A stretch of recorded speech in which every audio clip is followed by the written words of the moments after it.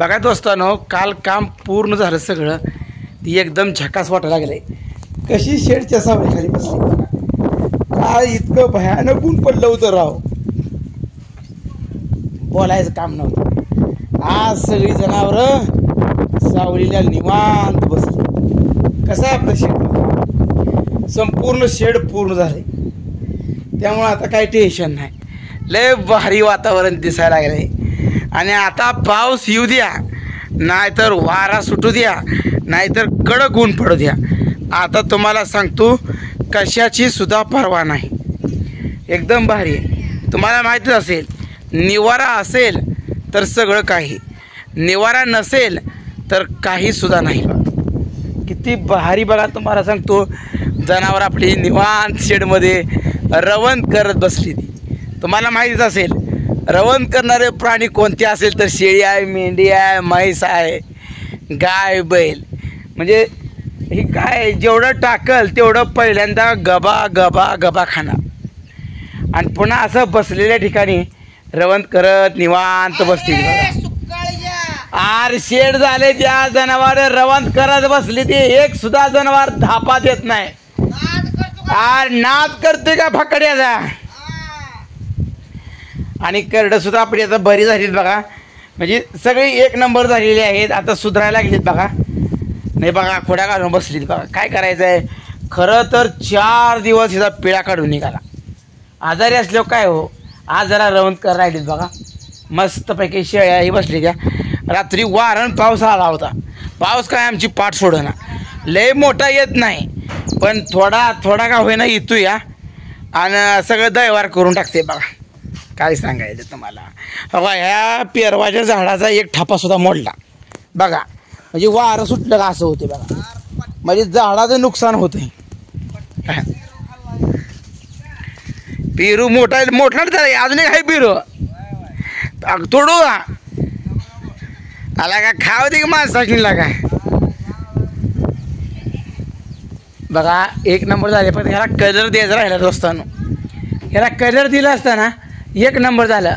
पण आपल्या बी ह्या घाई गडबडीत ह्या कलर द्यायचा तेवढा राहिला बघा. काय सांगायचं तुम्हाला, कलर दिला असताना एक नंबर काम होत होतं. पण असू द्या, जाऊ द्या, राहिल्या. पत्रा बी व्यवस्थित बसलाय बघा. कुठं सुद्धा काय सुद्धा झालं नाही. थोडं थोडं आहे होतं तरी तसला गुंडाळी पत्रा असतो का, ती त्याच्यावर टाकलाय. त्यामुळे काय टेन्शन नाही. खेळ्या बिळ्या मजबूत बांधली ती. काय खेळं अँगलच्या बाहेर तिरकं शिरलेत बघा. तरी त्यांनी तसंच बसवले. काय करायचं, खेळ व्यवस्थित बसवायला पाहिजे होतं. एक खेळ तेवढा बाहेर गेला आहे बघा. तिने काय केलं, बरोबर त्या अँगलमध्ये खेळत टाकला नाही. तुम्हाला दाखवतो बघा. हो, हितला खेळा बाहेर निघाला. सगळं खेळ बाहेर निघाले, पण बरोबर अँगलमधनं निघाला नाही. पण गळत नाही दोस्तानो. पाऊस चांगला असल्यामुळं आणि पाऊस किती जरी मोठा आला तर गळायची भानगड नाही. एकदम भारी वातावरण आहे सगळं. आणि तुम्हाला सांगतो, काल पावसानं काय गरामत गेली. आला पाऊस, आम्ही गोळा करूच तर बाद पाऊस.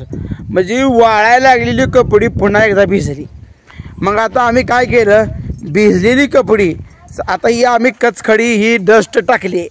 ह्याच्यामुळं काय होतं आहे, किती जरी पाऊस पडला तर दारापुढं दलदल होणे भानगड नाही. आपल्या दारापुढे दलदल होणे भानगड नाही. आणि बघा, जी सुकी कपडे राहिली होती, पूर्ण वाळी नव्हती का, ती कपडे बघा सकाळी दिवस उगवल्यावर वाळू घातली. किती बघा वाय, म्हणजे कालच्यापासून ही कपडे वाळतच पडली. ती काय करायचं सांगा बरं तुम्ही. आणि ह्या बाजूलाही पडली. असं द्या, पण कसं आहे माहिती आहे का, कपडे वाळी तरच आहे बघा. घर हे सगळं स्वच्छ धुवून काढलं बघा, एक नंबर. आता एक माशीसुद्धा घरामध्ये बसायची भानगड नाही. टकाटकच काढलं बघा घर स्वच्छ. सवासणीचा कार्यक्रम ही म्हणलं की घर बघा स्वच्छ करावं लागतं, म्हणजे लागतंच. आणि घराच्या पुढचा परिसरसुद्धा स्वच्छ असणं गरजेचं आहे. म्हणजे ती ना, आपल्या घराची कळा अंगणावरनं कळती.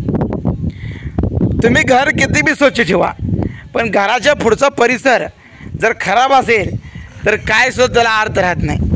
जीवनाला कसं आहे, शरीर निरोगी असेल तर जीवनाला अर्थ आहे.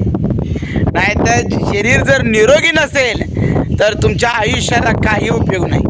किती पण दवाखान्यात जावा, इंजेक्शन खूपसा गोळ्या घ्या, तेवढ्या पुरतं राहणार. म्हणून म्हणतो जीवनात येऊन शरीर सांभाळा, टायमिंगला जेवण करत जावा. तसलं कुरकुरण बाकीचं तसलं खात जाऊ नका, त्याला किडण्या खराब होती द्या. बंदिस्त पाकिटातलं बी खात जाऊ नका, त्यानं बी किडण्या खराब होती द्या. म्हणून म्हणतो सकाळी उठलं का दूध प्यायचं, जेवण 2-3 टाईम करायचं व्यवस्थित, सकस आहार पाहिजे. नाहीतर तुम्ही लाख रुपये कमवताय, 50,000 पगार आहे, किडन्या फेल, BP, शुगर, काय उपयोग नाही रे. जीवनात येऊन काय उपयोग नाही. एकदा नट ढिला झाला की संपूर्ण शरीर बिघडलं बघा. म्हणून म्हणतो जोपर्यंत आहे तोपर्यंत तुम्ही निरोगी राहा. दररोज अर्धा तास व्यायाम करा, नसेल तर चालत जावा 1-2 किलोमीटर. व्यायाम झकासपैकी होतोय बघा. आणि निवांत राहायचं, टेन्शन मुक्त जगायचं. जीवनात कधी जेवून टेन्शन अजिबात घ्यायचं नाही. टेन्शन फक्त काय सकस आहार खायचा आणि निवांत राहायचं. बघा आपल्या घरापासला परिसर सगळा एकदम टकाटक झाला आहे. लेकरांनी काय केलं, सकाळ उठल्यापासून जेवढी कागदं पडली ती तेवढी सगळी गोळा करून टाकली. काय असं ठेवलं नाही बघा. आपल्या घरी 1 नंबर चकाचक केले बघा. मंगळवारी आपला सुवासनीचा कार्यक्रम असल्यामुळं सगळं टकाटक दिसते बघा.